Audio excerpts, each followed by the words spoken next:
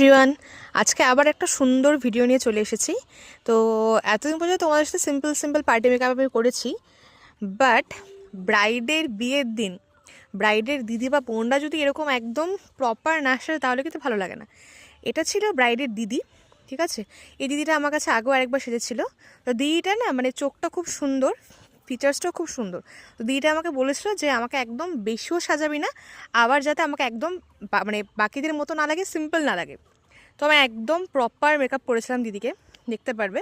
আর দিদিটার পছন্দও হয়েছিল। তো অনেকে আমার কাছে না আমার মেকআপ প্রোডাক্টসগুলো জিজ্ঞেস করে কী কী ইউজ করি।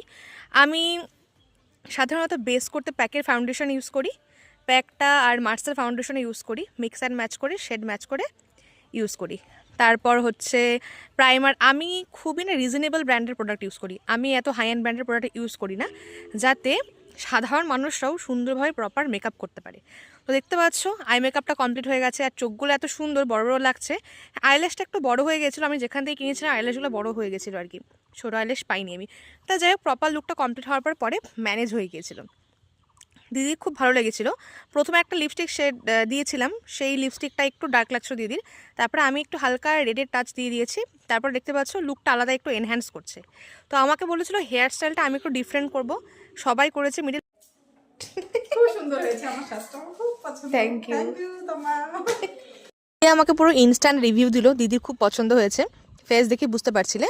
তো আমারও পার্সোনালি দিদিকে এত ভালো লাগছিল, মানে হেয়ারটা মানে কেউ বলবেই না যে এটা ব্রাইড না, মানে রিসেপশন ব্রাইডরাও কিন্তু আজকাল এরকম প্রপার সাজে। আর শাড়ি কালারটা দিদিকে খুব ভালো লাগছিল, মানে রেডও না বা একদম প্রপার ব্রাউনও না, একটু মিডিয়াম টোনে ছিল। তো তোমাদের কেমন লেগেছে জানিও। তোমাদের সঙ্গে দেখা হচ্ছে নেক্সট কোনো একটা এরকমই সুন্দর ভিডিওতে। টাটা।